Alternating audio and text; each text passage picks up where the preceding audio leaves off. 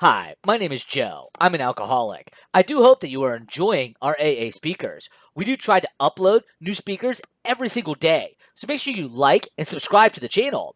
Also, we have a Facebook page called White Chip. The link is in the description. Feel free to drop by and say hello.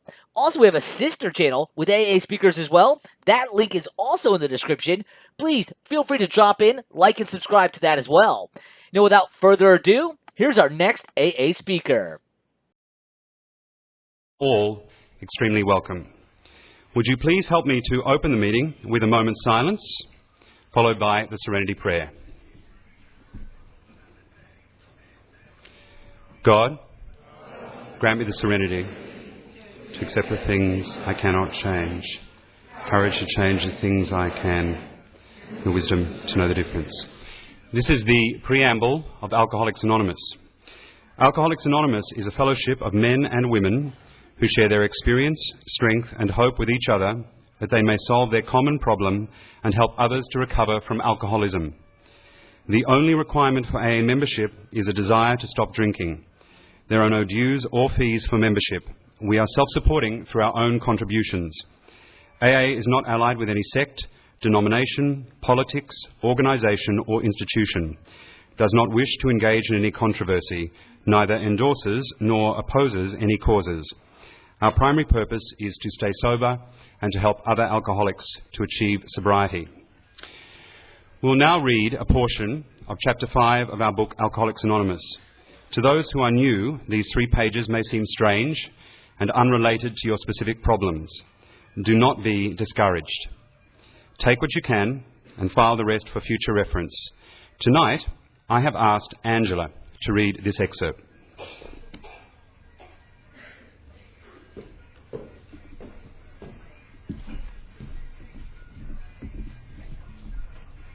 Hi, I'm Angela and I'm an alcoholic. How it works. Rarely have we seen a person fail who has thoroughly followed our paths. Those who do not recover are people who cannot or will not completely give themselves to this simple program. Usually men and women who are constitutionally incapable of being honest with themselves. There are such unfortunates. They are not at fault, they seem to have been born that way. They are naturally incapable of grasping and developing a manner of living which demands rigorous honesty. Their chances are less than average.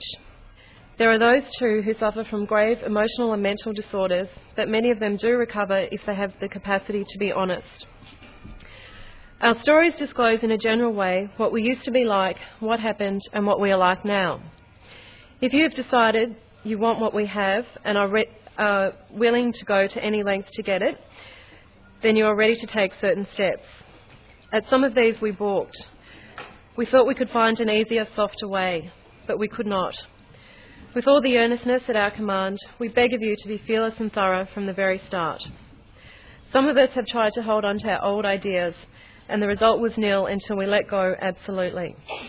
Remember that we deal with alcohol, cunning, baffling, powerful. Without help, it is too much for us.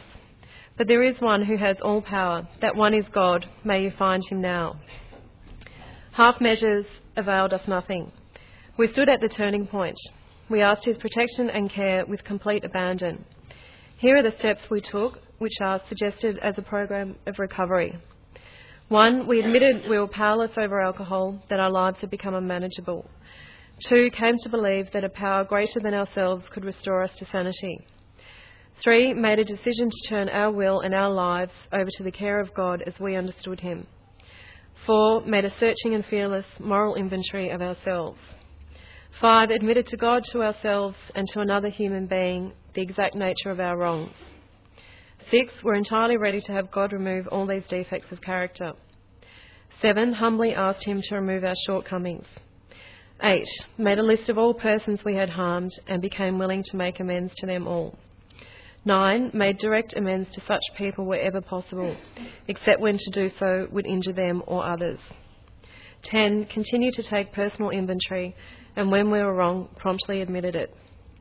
11, sought through prayer and meditation to improve our conscious contact with God as we understood him, praying only for knowledge of his will for us and the power to carry that out.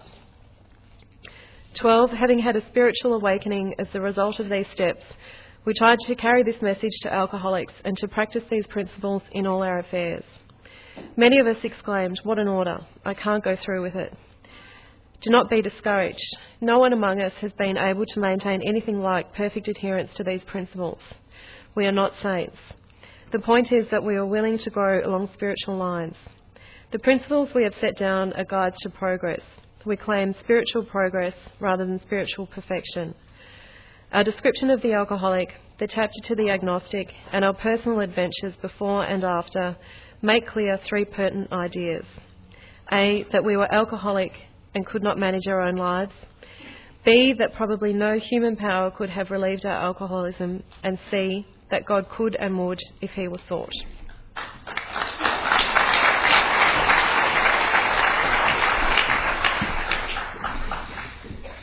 Thanks, Angela. Just another brief reminder to turn off all mobile phones and pages. AA also has a set of traditions which apply to the group conscience in much the same manner as the steps apply to the individual.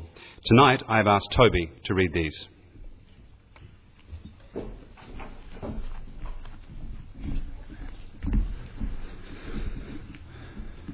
Good evening, my name's Toby. I'm an alcoholic and a member of Shell Harbour Tuesday night meetings of AA.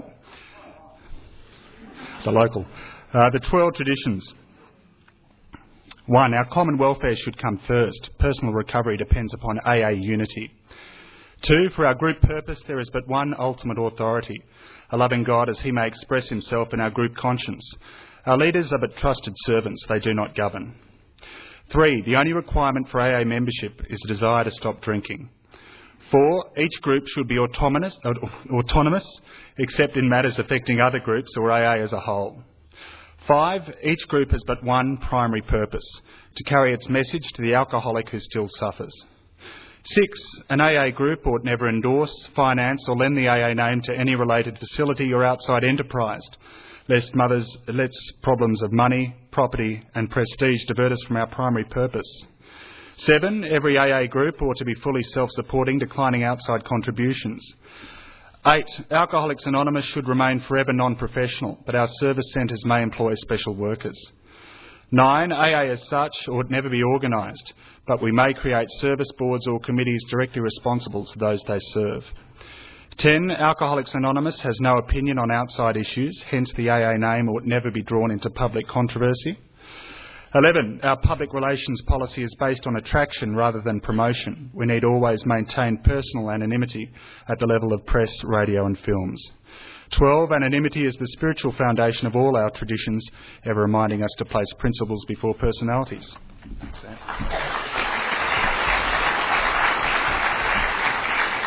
Thanks, Toby. It now gives me great pleasure to introduce our speaker for this evening, Clancy I from Los Angeles. Would you please help make him welcome?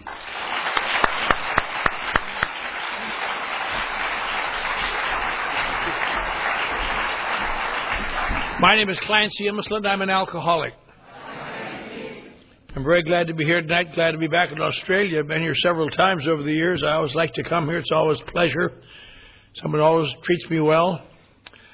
The trip is getting a little longer as I get older, however.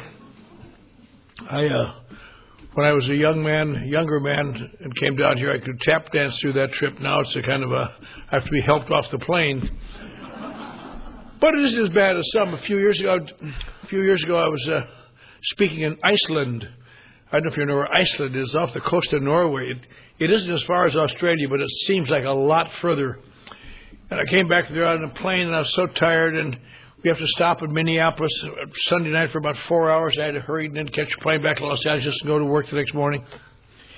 And I was sitting in the airport in Minneapolis, and I was tired and felt old and forgotten.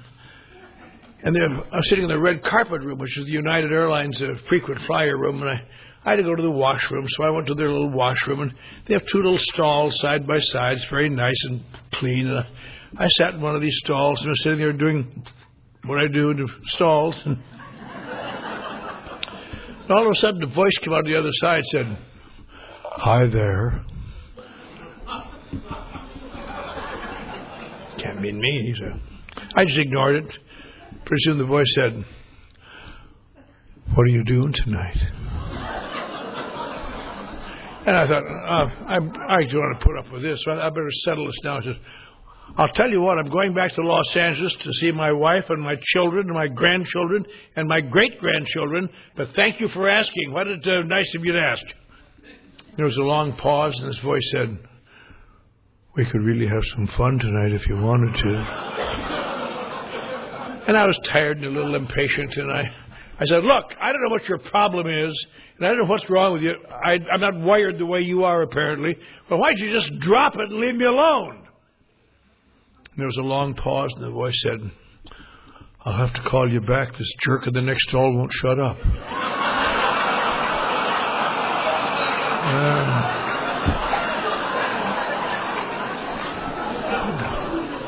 That might be funny to you,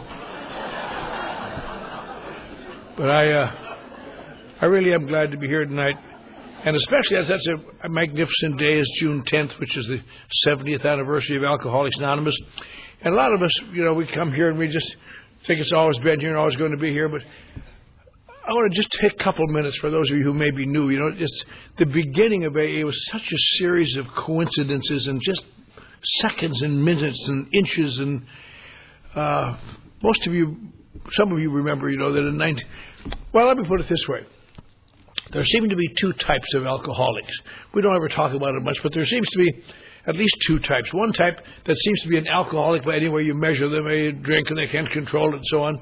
But something happens that significantly threatens their security. Maybe they lose a family or lose a job or someone dies. And they quit. And they never drink again. And there's a number of cases like that around. And this same type of alcoholic, if they have become physically addicted as well, they are the people for whom treatment centers were originally created, to step by step take them off medically off this alcohol addiction. People say, what's the big deal about alcohol addiction? I'll tell you something strange you may not know. Alcoholic addiction is much more lethal than drug addiction. Many more people die in the withdrawal from alcohol addiction than from drug addiction. But they take them each step of the way, and each step of the way they show them the nature of their problem, and they quit. And they never drink again. In fact, there's a hospital up in Seattle called Schick Shadel that specializes in those kind of people. And they say, we will cure your alcoholism in a month. And they do. And they have a big, long list of names of people. But, of course, they only take the people, if they can help it, of that type of alcoholic. Then there's another type of alcoholic who seems to be an alcoholic by any way you measure them. They can't drink, can't control it. And something happens that really threatens their security. Maybe lose a job, a family, somebody dies or something. And they quit. But they always eventually begin to drink again, much to the startled expressions of the people around them. And these same people come out of treatment centers with tears of sincerity rolling down their cheeks, and they mean it. And they say, I'll quit. I quit. But they always eventually drink again. And these type of alcoholics are the people who have been puzzlements to everyone who's tried to help them for 5,000 years in recorded history. Everything, at one time they put them to death. They thought they were possessed by devils. They flog them and lock them up and send them away. A lot of them came to Australia from England. I had to talk to their descendants. Not really. I mean, it's always been a puzzlement. And even in my lifetime, there was no answer for it. And you may not think this is a big deal, but I'll tell you where you might have the same reaction to it as I do. And that is seeing the face of someone you love, or who loves you, with that terrible look. Oh my God, how could you do this? You were doing so well. You promised. And the children, and you're about to have your job back, and now look at you, drunk again. How could you do this? And it really rips you up inside. And all you can say is, oh, leave me alone. Just leave me alone. And these are the type of alcoholics that have just never been any answer to. And that's why it's such a remarkable thing that this place started some time ago. Because they've been trying to help these people for years. And it almost didn't start. It starts because a guy in New York, son of a very wealthy family, had this problem. His parents thought it was his nerves. When he gets nervous, he drinks so much. We can only help his nerves. So they called the best doctor in the world that they knew to help him, see if he'd help him. A lot of people don't know who they called. They called Dr. Jung, or they called Dr. Freud. The first contact they made was to Dr. Freud. And Dr. Freud refused to accept the case, which was the first good luck we ever had. We might have all been sitting here drunk, and I said, yeah, but I dreamt I was sober. So they went to his ex-friend, Dr. Jung, and Dr. Jung took this guy into his hospital for a year in Switzerland and sent him home as a recovered case. And he stopped in Paris to drink with to eat dinner with some friends of his family, and they toasted his new success with wine. And 3 days later, he was drunk again and sick and face down, and they sent him back to the doctor in Switzerland, and the doctor refused to take him back. And they said, why? Roland didn't really mean any harm. He said, I don't know. I misdiagnosed his case. I thought I could help his deep psychological problems. What I see now, he said, that he's what's called an alcoholic. And to the best of my knowledge, there is no treatment for that condition today in the world at any cost. This was 1931, not very long ago. The best doctor in the world had never heard of a treatment for alcoholism. And Roland, a little taken back, he says, what does this mean, doctor? He says, what it means is you have to keep yourself confined voluntarily or involuntarily as long as you live, or else you almost certainly will drink to excess until you die or go mad. And that really, he felt bad about that. He said, is there any other solution at all? He said, well, in the literature there's been some few cases of some involuntary psychological reversion. They call it a spiritual experience, but I've never seen one. You can't rely on that. So Roland came home, and he was convinced he was going to die drunk. So there was a religious group, kind of spiritual group. He was a strong church member, but he got this spiritual group called the Oxford Movement. And he, as he wrote later, I wanted to stay sober as long as I could so that my parents would have a pleasant memory of me when I died drunk. And some years later, when he died drunk, his parents had a friendly memory of him. But he, through a series of quirks, his family gave him a vacation in Vermont, up in northern United States, and he happened to go there just arbitrarily selected time, and he got there the very week that saved our life. Because when he got there, a childhood friend of his from years ago was going to the penitentiary for breaking his parole or his probation on drinking. And he was a friend of the judge, so he said, Judge, release him to my custody. I'll take him to New York. If he'd got there a week later, we wouldn't be here. But he got this guy back to New York and got him in the Oxford Movement. And this guy didn't much like the Oxford Movement, but at least he wasn't in the Vermont penitentiary. And after a while in the Oxford Movement, he had to go testify to somebody. He said, Ebby, you have to go testify to somebody. Ebby didn't want to testify. I don't know. Well, do you want to go to the penitentiary? No, I think I'll testify. But he happened to think of a childhood friend of his that had moved to New York who was a bigger mooch than he was, who'd been some big success, but now was living off his wife, just a mooch. He thought, I'll go over and testify to this goof. He won't even remember it tomorrow. So he made arrangements to go testify to this drunken bum called Bill Wilson. Just sucked out of, and he went over to Brooklyn and made arrangements. In our book, we talked. Bill said he came to the door and said, "I've found religion," and Bill was quite depressed. I heard Ebby talk some years ago. He had a little fun, a little further. He said he went in, sat down with Bill, and was talking about the Oxford Movement, and Bill just kept drinking as fast as he could. Gee, that's really wonderful, Ebby. I'm happy for you. And he left, and he was upset about this. He had to be put down with this drunk. And this isn't in our literature, but I guarantee it's true. He came back 3 days later, and he had the Oxford group closer with him. Mr. Wilson, I want to talk to you about the Oxford group. And Bill Wilson reacted, I hope, as any of us would. We're not one of the damnedest drunks of his life. Screw you and the Oxford group. And he was drunk for a few days and wound up in the hospital again. And these guys went up to see him, and Ebby said, you got to find a higher power, Bill. He said, don't give me that religious crap. That doesn't work for me. And in the middle of the night, this drunken mooch woke up in the middle of the night and cried out in the darkness, if there's a God, show yourself. What? As any one of us would. And he had an experience that he thought he was going insane, because he said it looked as though the room lit up and there seemed to be some wind blowing. And he didn't know what it was. He was very frightened. He said, my mind's gone.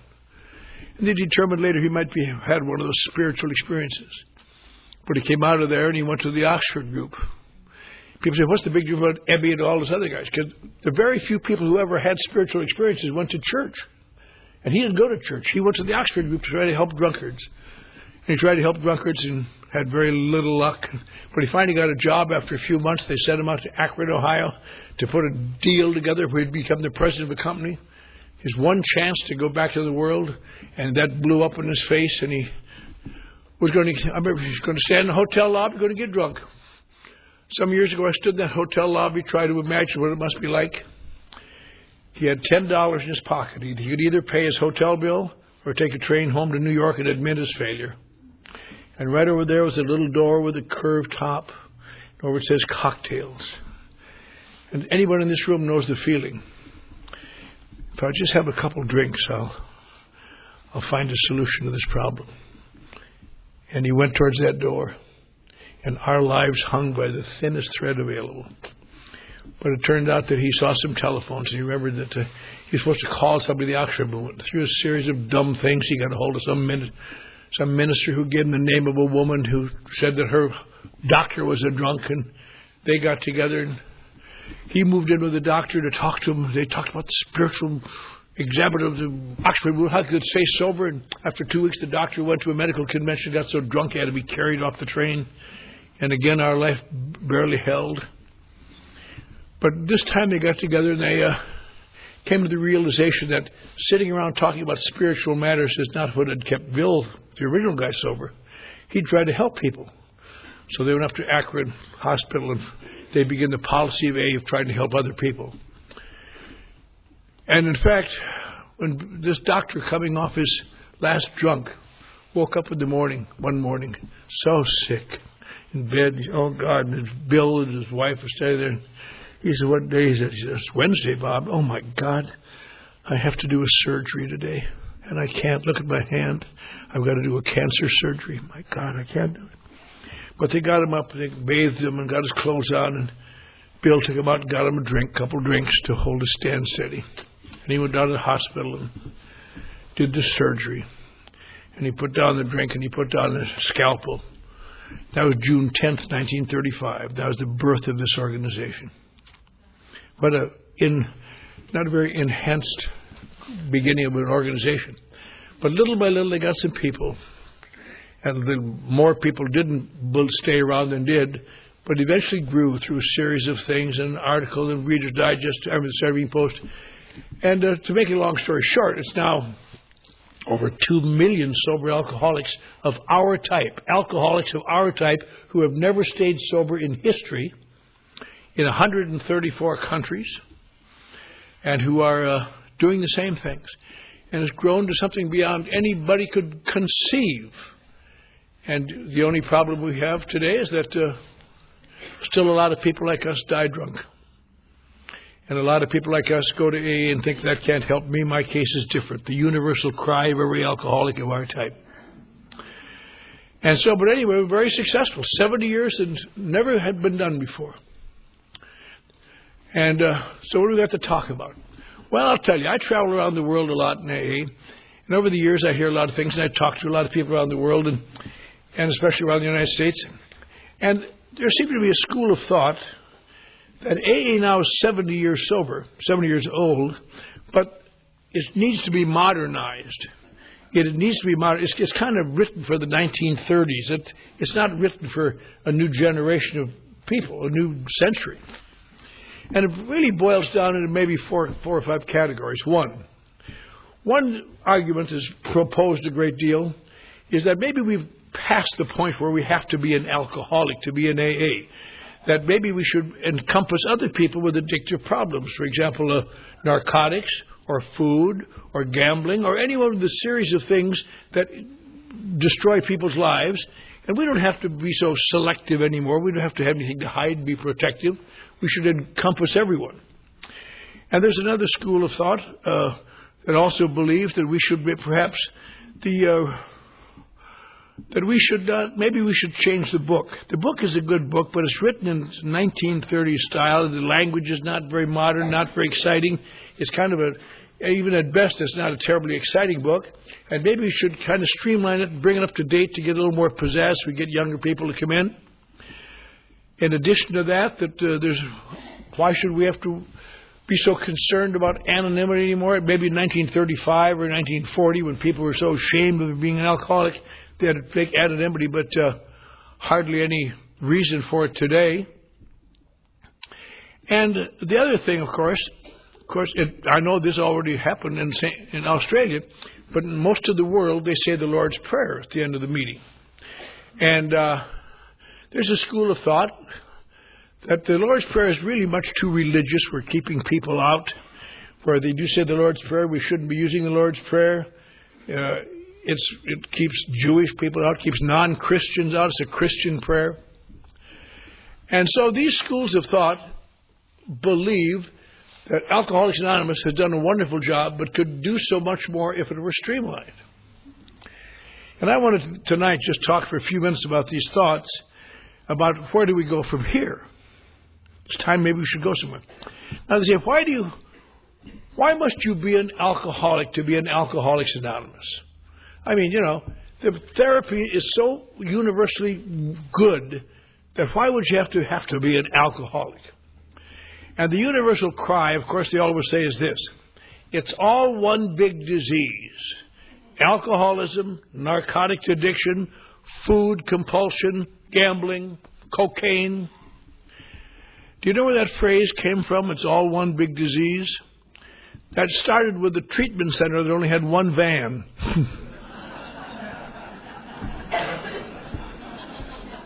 Everybody in the van, it's all one big disease. Why would we have to be an alcoholic?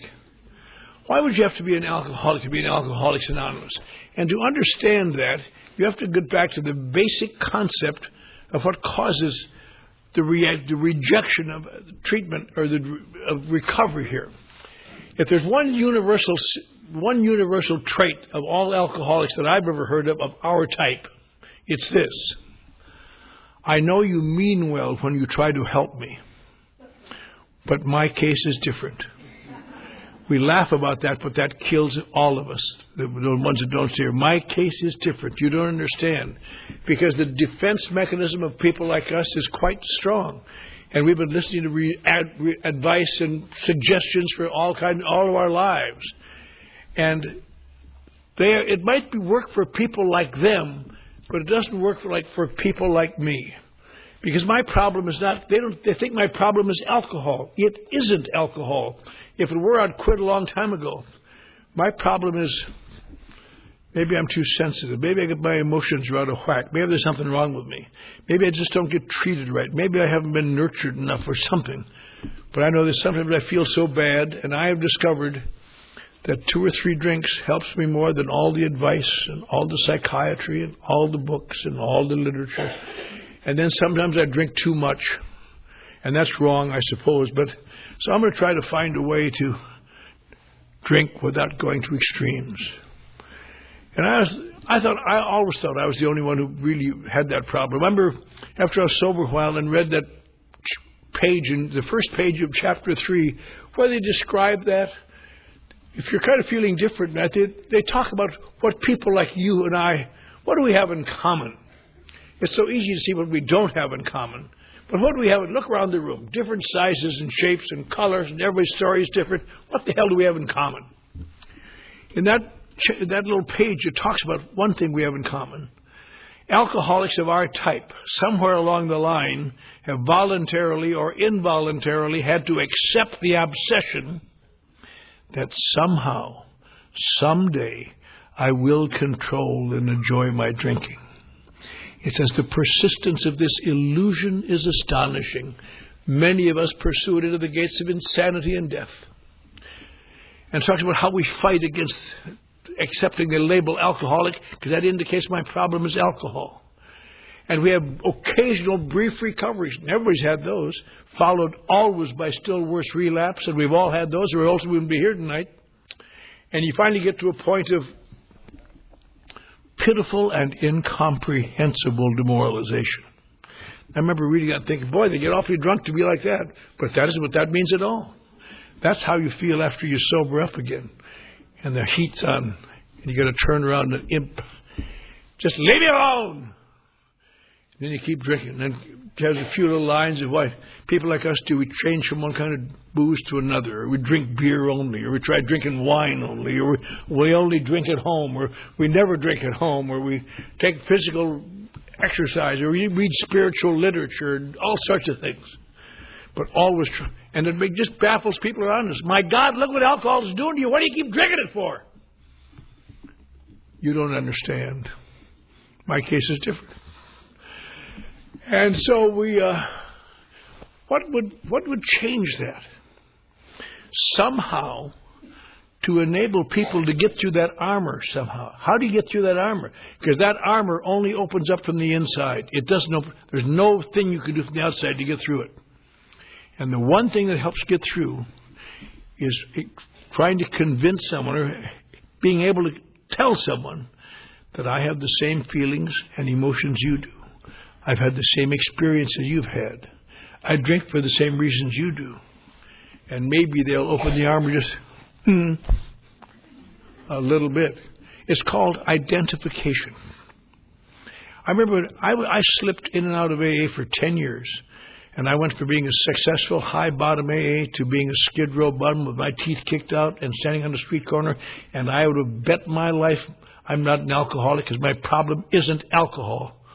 My problem is a lot of things that my psychiatrist couldn't find out even. Just something wrong with me. That's how it's fun to say I wasn't nurtured as a child. This adult children of alcoholic thing is so nice you can lay the heat off on somebody else always. Not my fault. But I would have bet the last day I drank, I would have bet my life there was no answer for a problem like mine. And I knew all about AA. And I walked in the rain 72 blocks to an AA club, and I fell into the hands of some crazed old alcoholics one more time. And this one guy impressed me because he was a movie actor. So I listened to him a little bit. And over a period of time, what happened, little by little, I began listening, and I thought, my God, this guy seems to know how I feel. I got him to be my sponsor, and I was going to just get some money off him and get out of town, and he somehow held me. And I really had a plan. Here's a motivation to stay sober. I'm going to stay sober. I'm going to get some front teeth of some money from this goof. Get some front teeth, get some clothes. I'll go to New York, where I've been fired as an advertising guy. I'll say, don't drink anymore. I've learned my lesson. I'll work for nothing till you're sure I'm okay. And I'll save some money. And I'll come back to Los Angeles someday. And I'll buy this AA club. And I'll burn it down. And I hope they're all in and having a big meeting. Not much of a reason to stay sober. I'll tell you something. I look back now. I didn't realize this at the time. But I look back. And what really saved my life, I began thinking, this guy seems to know how I feel. Now, that doesn't sound like much, but I'll tell you, you and I have been listening to advice all our lives. And if you're like me, I never had anybody that I really believed knew how I felt. My dad didn't. My bosses never did. My minister never did. Nobody ever seemed to know how I feel. Because it's a strange thing. But this guy seemed to know how I feel. You think, well, what's the big deal about that? I'll tell you the big deal about that is this. If you find someone that you believe knows how you feel, you may do things they say whether or not you agree with them. That's the most startling thing of it all. And if they know how you feel, what from everyone else's advice, from this person becomes meaningful information with identification. And I remember thinking, I'm going to try doing what he says. That probably won't work, but I'm going to try it. And the only problem in getting a sponsor that you believe in, then they have you do stupid things. Stupid. Now, they don't actually say this, but it sounds like this. They might say, see that curtain back there? That's bright red. No, I don't think so, Bob. I think it looks pretty blue to me. I tell you, it's red.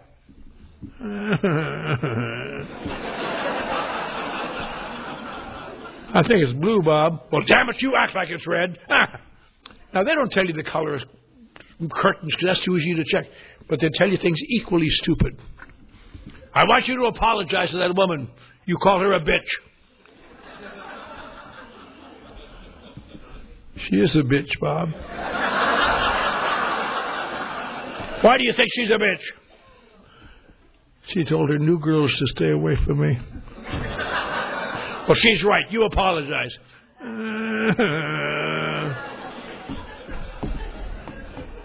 Sorry. Bitch. I don't care how it looks to you. You stay on that job. Jesus, Bob. You got me stuffing envelopes for $1.09 an hour. I used to have an office bigger than this whole company. I got a lot of talent, Bob. I don't care. Just do the job till you get a better one. I don't care. I understand you missed the Friday night meeting, eh? Oh, Jesus, Bob, it's a big clique. They just call on each other and they think, oh, they're cute and they think they're smart. They treat you like a piece of crap. Well, maybe they know something. You go to that meeting.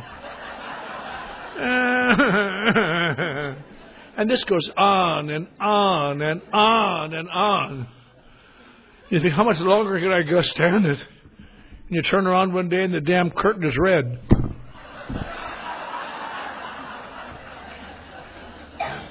Then you have to spend your life dealing with dumbbells who think it's blue. But that's exactly how AA works. Through actions, our perceptions of the same things change. And that is why it's so important. And that is why it is imperative there be identification. And that is why we ask that you have to be an alcoholic. Because, now, for example, I've been working with narcotics addicts in one form or another for 30 years. But to this day, if I sit in a meeting, I don't care how slick the guy is, gets up and talks about drugs. It's just information to me. I'd much rather have some just, I drank too much. I'm not sure my problem is alcohol, but I'm sure up the creek I got a sponsor. I'm trying to do better. I've been sober over 14 days. Jesus Christ. I know that feeling, baby. Identification. And that is why members of AA, a member of AA, Jim Willis, friend of mine, who was also had a severe gambling problem in 1957, went to AA and said, could I use the 12 steps and form something called Gamblers Anonymous? I had them try to come to AA, but they didn't identify. Well, I'll give them a place where they can identify. And he was the first one to form, in 1958, two guys in North Hollywood, California, who were also narcotics addicts, heroin addicts as well as alcoholics. They got permission to form Narcotics Anonymous so that narcotics addicts would have a place to go and identify. Same program, same steps, except inserting that word. That's why members of a woman with a severe eating problem in 1960 called AA and got permission to form Overeaters Anonymous for the 12 steps. And Cocaine Anonymous. That's where they all came from. For one reason only, so they could establish identification. Because without that, it's just information, and information has never kept people like us straight. I never really understood that till 1960. For example, I was 2 years sober, and I was giving a little talk at the AA club that I was going to burn down at one time. Now I'd accepted it, and still didn't have any front teeth. But I'd give a good talk on obsessions. I'm authority on obsessions, not what to do about them, but the obsessions themselves. I know a lot about them. And this rather plump woman came up afterwards. She says, oh, that was just wonderful. She said, I've just formed an organization called Overeaters Anonymous. We meet over at Christ the King Church on Olympic Boulevard. We've been there a couple of months. Would you come over on Sunday and talk to our ladies about obsessions? And I weighed about 130 pounds. I was pretty scrawny. Sure. Give them some hope when they see my flat stomach. And over there on Sunday, and I went to this room, there were about 8 fat women sitting around the table.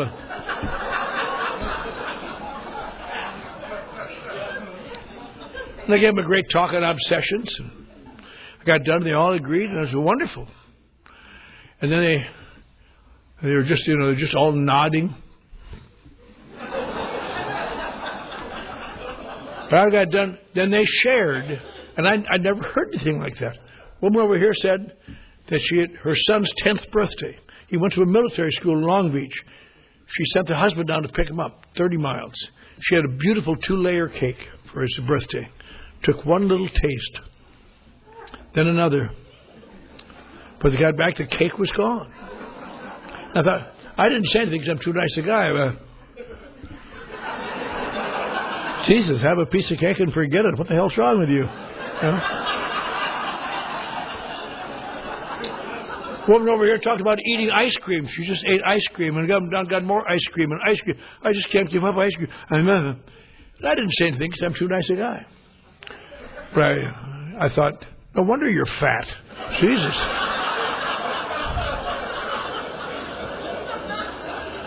Woman over here talked about she ate till she couldn't eat anymore, then put her finger down her throat and puked so she could eat some more. And my immediate thought was, don't bother shaking hands with me after the meeting. I can see doing that for drinking, but not eating. I've done it for drinking a lot. Oh, Saturday afternoon, the sun's still up. I better just hold up. Now, what was the difference? I could understand it intellectually. I just didn't identify with it. So it was just information. That would never change my thinking about anything. That's why we have to have this identification. And that is why I suppose we have to remember that you have to be an alcoholic to be an Alcoholics Anonymous. Because when you get up there, you got to share to enable someone to identify with you. I have 3 daughters who are turning 16 this year in AA. And I have a grandson who's just had a year. I have a great-grandson who's 3 years old and is either an alcoholic or the spawn of the devil.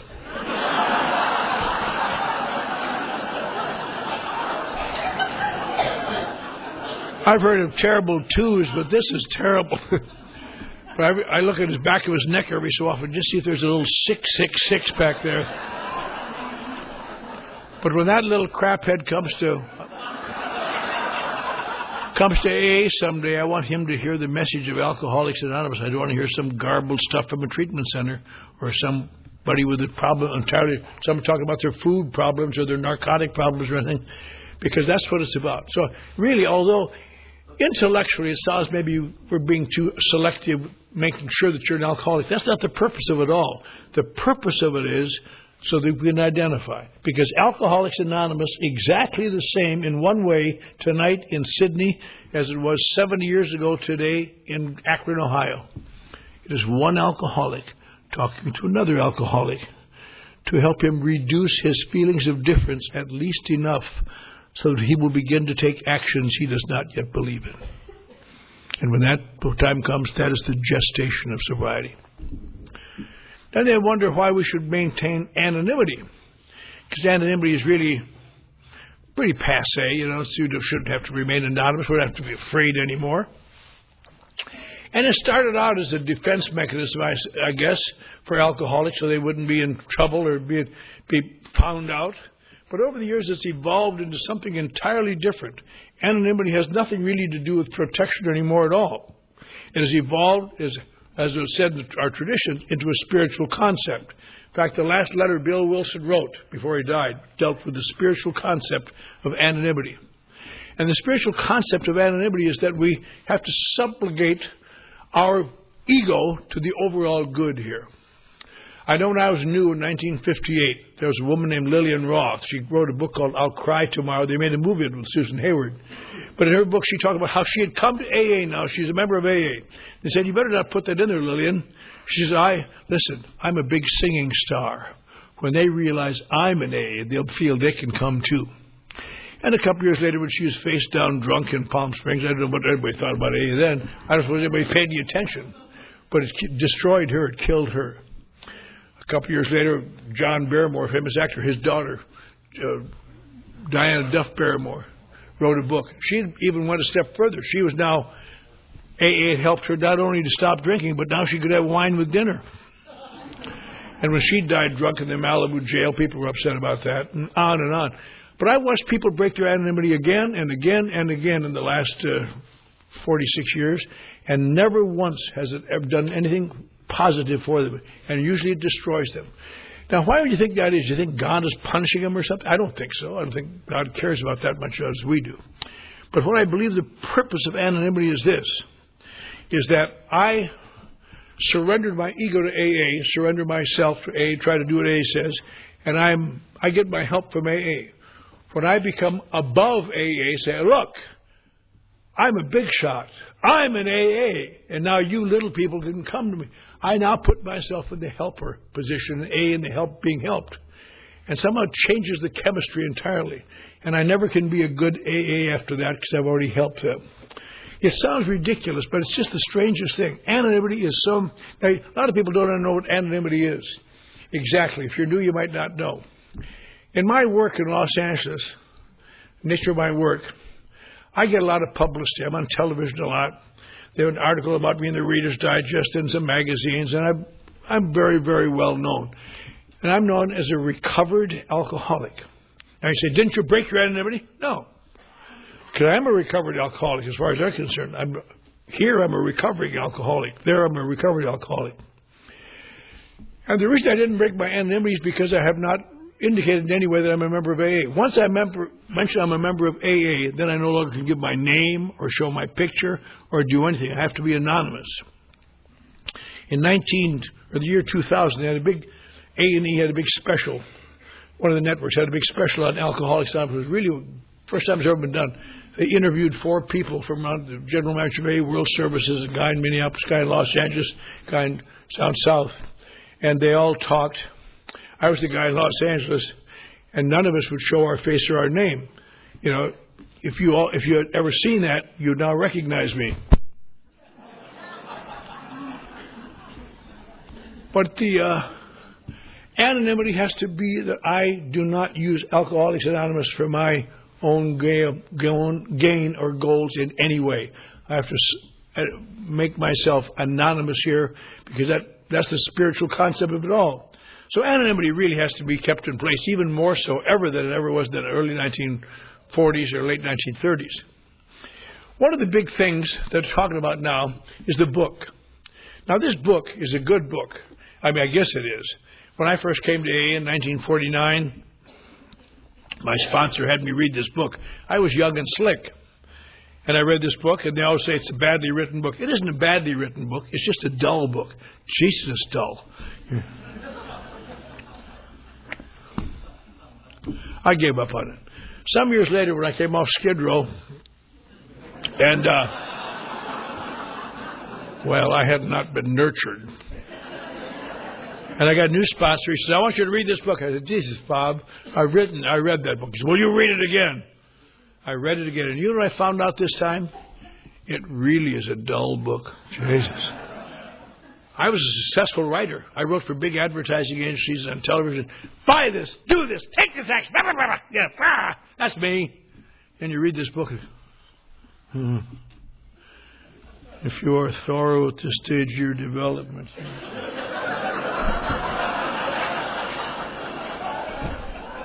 I just had to give up on that damn thing. Obviously, it needs to be rewritten. But I fell into the hands of this sponsor who had me do these stupid things. Later on, I found him in the book. I hadn't seen him the first time. But little by little, I'll tell you, if you're new, I want to tell you something funny about this book. This book is the only book I know that gets smarter every year. This book gets smarter every year. And one of the things they say about this book is that they say this book is a miracle. Now, that may make you laugh. It always made me laugh. Say, oh, this book's a miracle.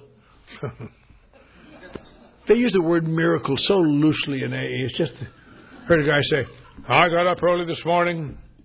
I looked at the eastern sky, and the sun was coming up. And I said, it's a miracle. I've been given another day to work this wonderful program. It is. Get up early tomorrow and have another miracle, you idiot, you know. Miracles have to be unexplainable, or more correctly, inexplicable. You're not supposed to be able to describe miracles. What's a miracle about this book? Well, let's see. What's the miracle about this book? Not much. It was written by a guy 3 years sober, which is a semi-miracle. If you're new, you might think, gee, Guy 3 years sober should know enough to write a book by that time. When you get to be 3 years sober, you'll discover you don't know enough to write a book. When you're 5 years sober, you just try to be nice to people 3 years sober. Keep going to meetings, Jimmy. You're doing a nice job. By the time you're 10 years sober, you hate to send people 3 years sober to get your coffee. Was that 2 creams and 1 sugar, or 2 sugars and 1? Oh, never mind. I'll do it myself. By the time you're 20 years sober, you hate to have people 3 years sober unattended on your property.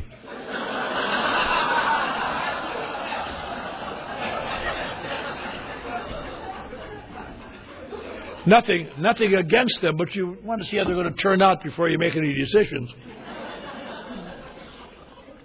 And here was this guy, wrote this book when he's 3 years sober for one purpose, to raise money so they could build hospitals, which thank God they never could do. But wasn't cynical about it. He tried to put in things that he'd seen work around him. But it's hard to remember that most of the people around that came to AA in those days got drunk again. People didn't stay sober very well. But you know he was an alcoholic. In the foreword he says, we are a group of 78 men and women who have stayed sober a year, or over 100 men and women. Later on he wrote, I know there was only 78, but I thought 100 sounded better. You know, we all understand that. And there's some question whether there's even 78, really, because people are getting drunk right and left. In the first printing of the book, if you ever see a big red copy of the book, not like this, but really, red copy of the book, there's some stories in the back. Most of those people died drunk because people didn't stay sober that much. Not because they were bad people, but because then they didn't really comprehend, apparently, you have to keep doing it after you're okay again. That's one of the hard things for people like us to learn. I'm okay, I don't need to do it anymore. But he wrote this book when he's 3 years sober without any background in psychology or abnormal psychology or medicine or anything, just by watching the few people staying sober who stayed sober and how they did it. And took the 6 steps of the Oxford group that they'd come from and tried to make 12 steps out of that they could make sense out of. And wrote this book. And what makes it a miracle? Well, the miracle is this. This book, written by this guy under those strange situations, has changed the lives of more alcoholics of our type in the last 64 years than all other therapies combined in the history of mankind. That makes that a miracle. That is a miracle book. And you stay here a while, and if you stay here, it'll get smarter and smarter and smarter every year. I read every August, all August, at a book study in California, and we read a chapter and discuss it. And I've been doing it for 25 years, and I still read it and still find new things. Geez, I didn't see that before. It's really an amazing thing. They say, well, that's okay. The book's nice, but it should be updated. It has to be updated. I'll tell you, it's very hard to do that. Because this book is not written to provide information. This book is a textbook on how to deal with emotional problems. And emotional problems haven't changed in 5,000 years. When I get cut off on the freeway, I feel just the same way Pharaoh felt when the rivers ran red with blood.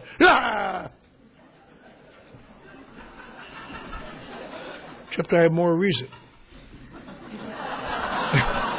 Because it's happening to me, that's why, if you want to know.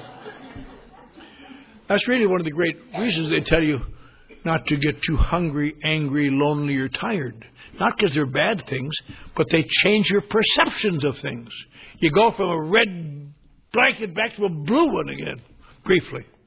If you'll notice, when you're hungry, people act stupidly. I don't know why, but they do. What's wrong with you? What's for lunchtime? You know. When you're angry, God wants you to kill them sometimes. For their own good. When you're lonely, you know they're all having fun somewhere, but they didn't tell you, did they? When you're tired, they literally attack you. I've been sober a long time. I get on that freeway sometimes if I'm talking to some little town somewhere in the hills somewhere. I'm back, get up early next morning, I'm tired, get on the freeway out by the ocean and drive downtown. And I can disguise, no one will never know that I'm tired. But they know. Little old lady up around La Cienega says, see the boy in the blue Buick? He's exhausted. I'm going to cut that son of a bitch off.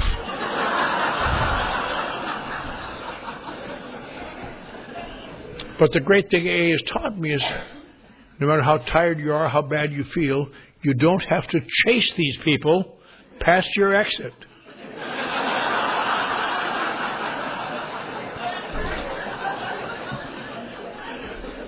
And if you do chase them, you can't do anything. You can only get next to them and give them a ray.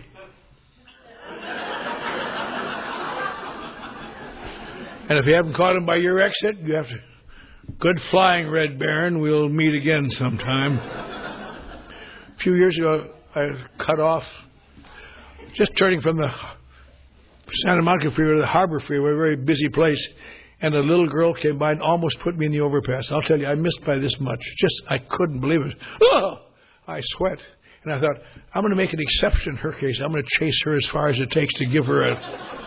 And I caught her on the Pasadena Freeway somewhere, and I gave her a quintuple ray.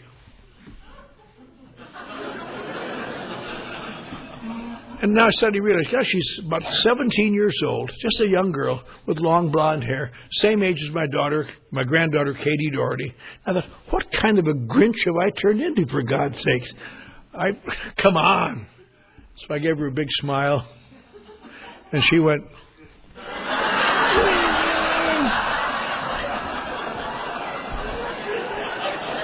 But that's what exists out there in that world, folks.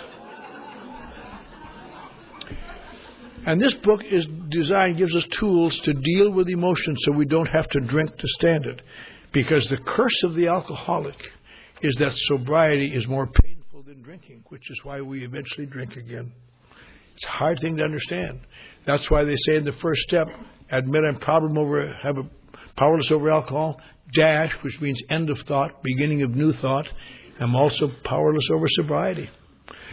Because the curse of alcoholism is alcohol is a cure to helpless sobriety. In fact, some doctors say that for people like us, sometimes we have to drink to preserve our sanity. It gets that bad.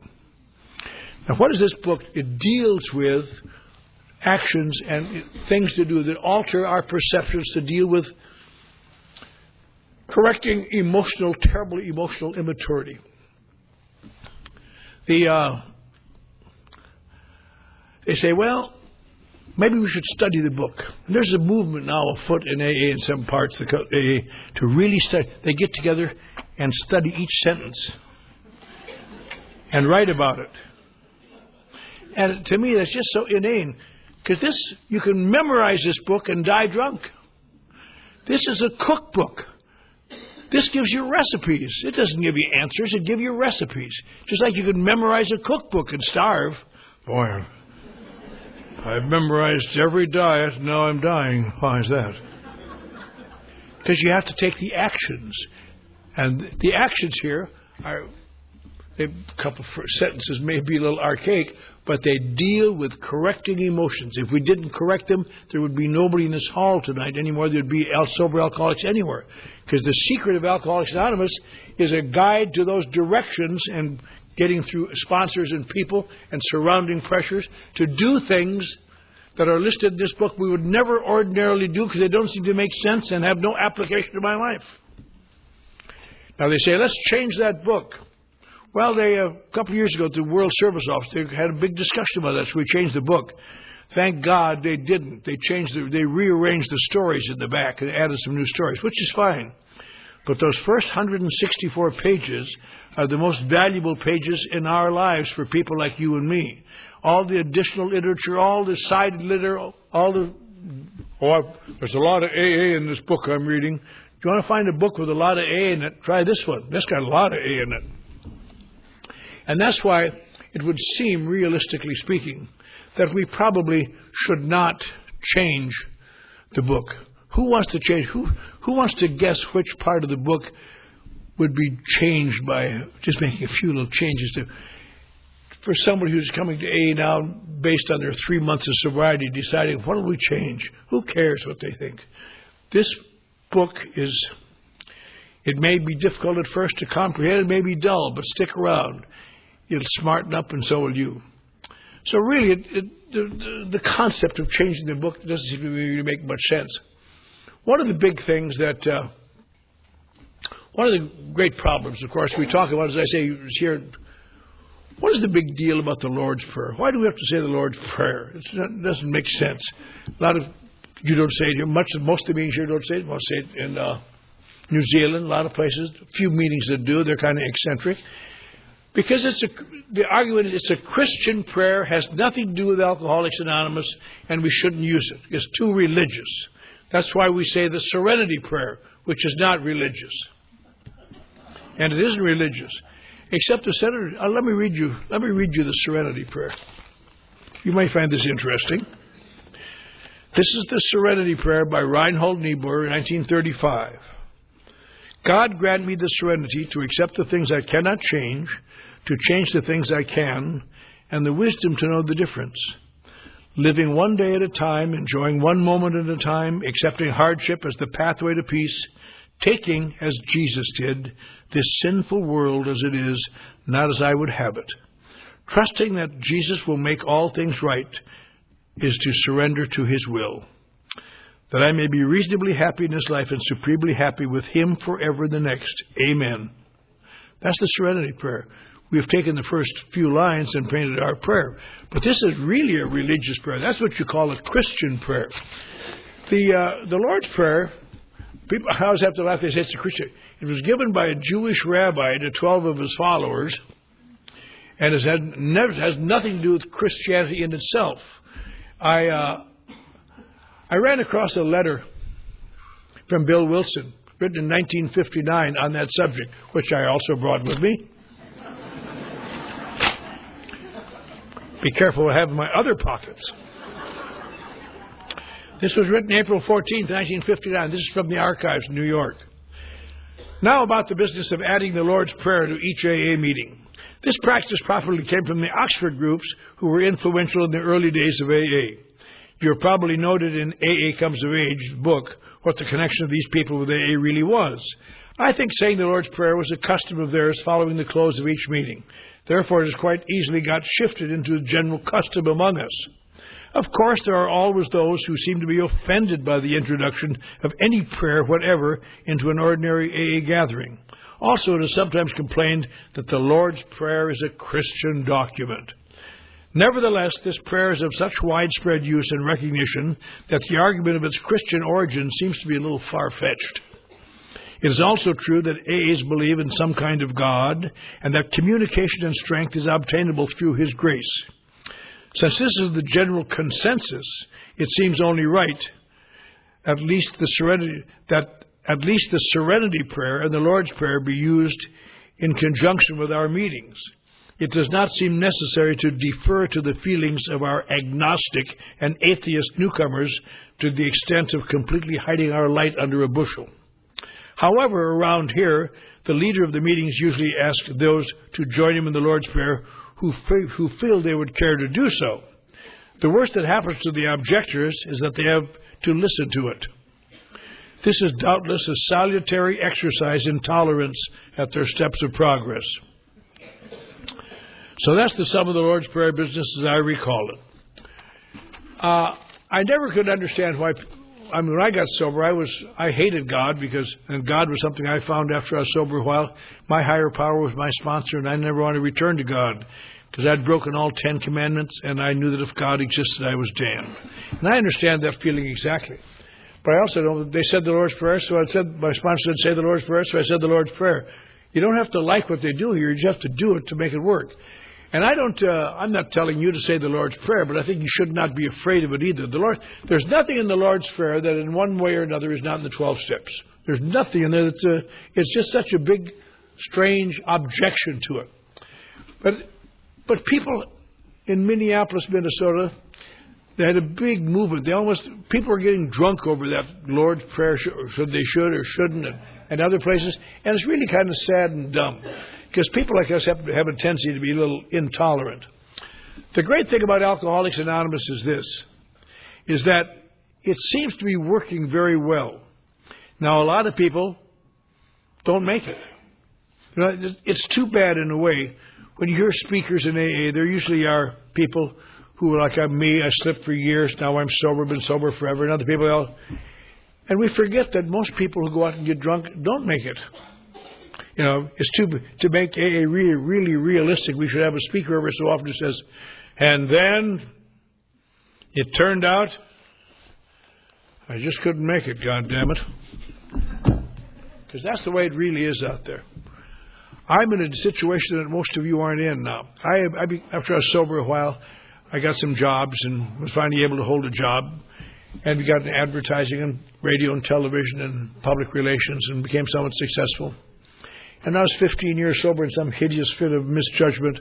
I left a job in Beverly Hills, and for the last 31 years I've been the managing director of a big facility on Skid Row where we try to keep people alive. The same place that threw me out on the last day I drank.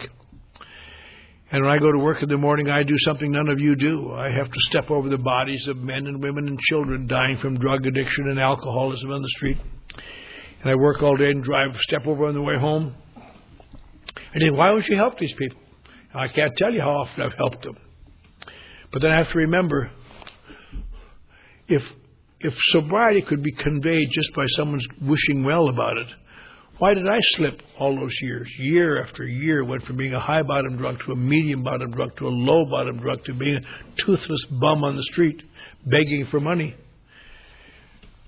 All because of one thing. I did not choose to take actions I didn't agree with. And that's what it really boils down to. And that's what we have to convey here, is that there's a series of actions in here that, when followed, seem to alter our perceptions of reality enough so they make sobriety tenable. Sometimes bad days.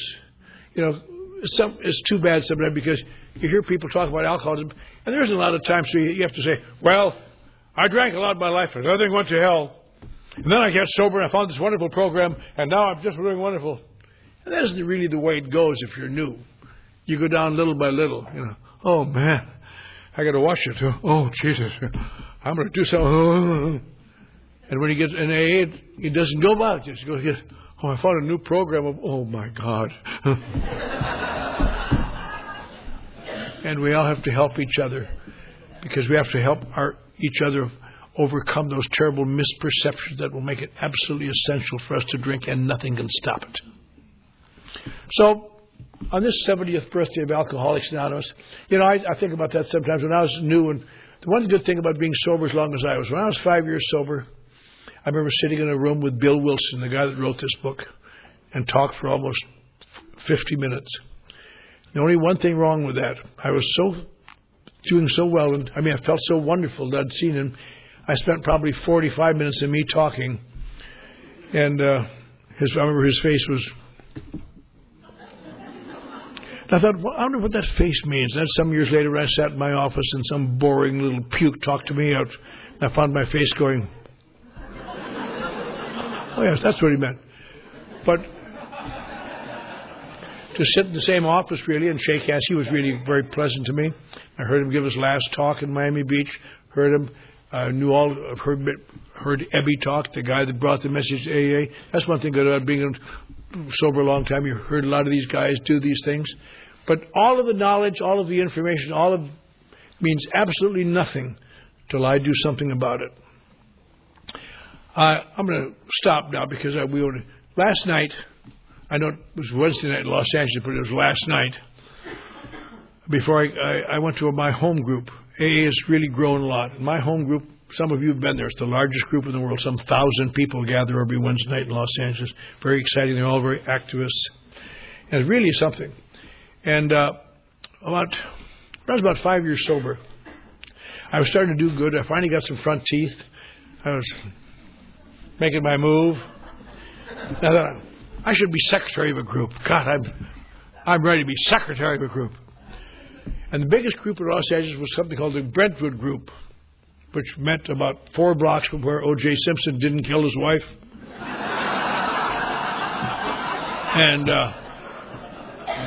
They had a steering committee that selected the secretary.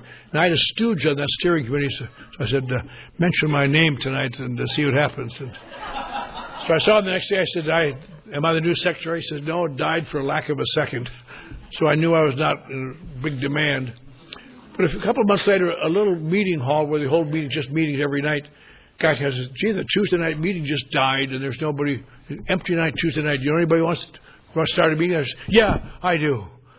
And I got 12 tattered followers. We went over there and rented the hall and I had a meeting. I wrote a format and we had a meeting. The first week we had about 17 people there, including our speaker.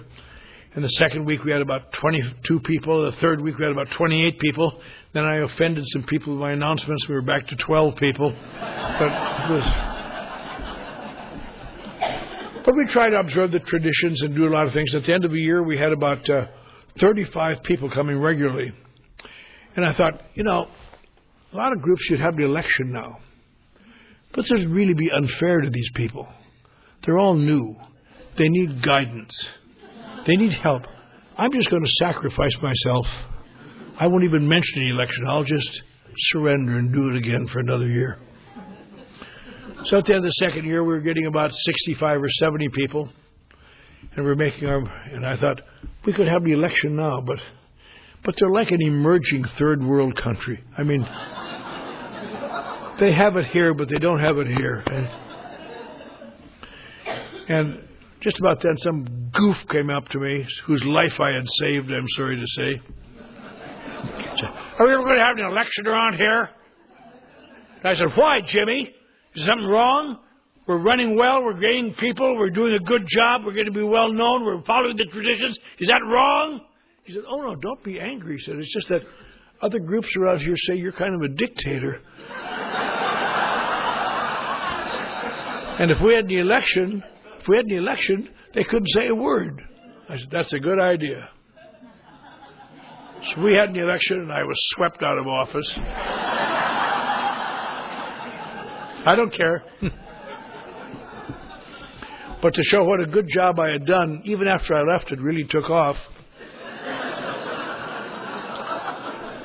And now it's about 1,000 people every Wednesday night. I'm not the secretary, but I'm the founder. And I sit in the middle and I give little signals.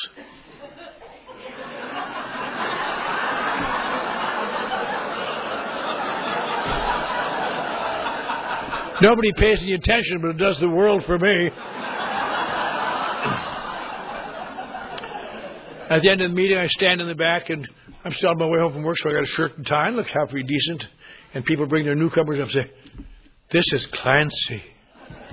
He's the founder of our group. He's been sober almost 50 years. He flies all over the world to talk to people about AA. And the newcomers go, oh. And I say, hello there, welcome. I hope you brought your problems tonight. Many folks leave them here.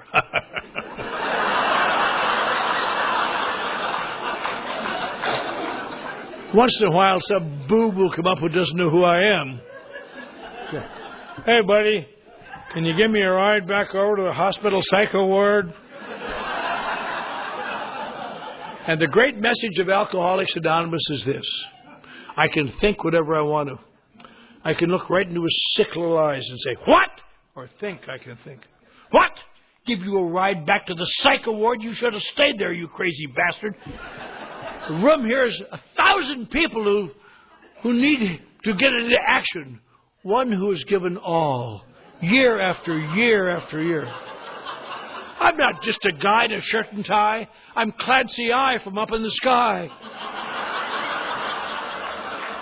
Now, I can think that as long as I say, okay.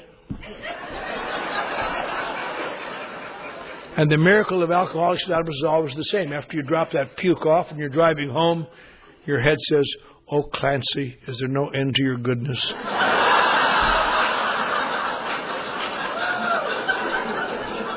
Because even weak, emotional, dumb, fallible people like me live comfortable lives in Alcoholics Anonymous if I remember to do the things it talks about. That's why I want to remember. In your group, make sure you have alcoholics so the new alcoholic can identify. Make sure that you maintain anonymity. No matter how good it looks to break it, you may break yourself. Remember, the book is really a valuable document. There's never been one for people like us who ever had anything to do with it. And maybe sometimes when no one's looking, you can say the Lord's Prayer, but you don't have to. But Alcoholics Anonymous on its 70th birthday has to remind us that you and I are very lucky. We have been born in the only window in the history of mankind where there's a place like people like you and me to go. And we're in the middle of it. And we better stay here. Thank you.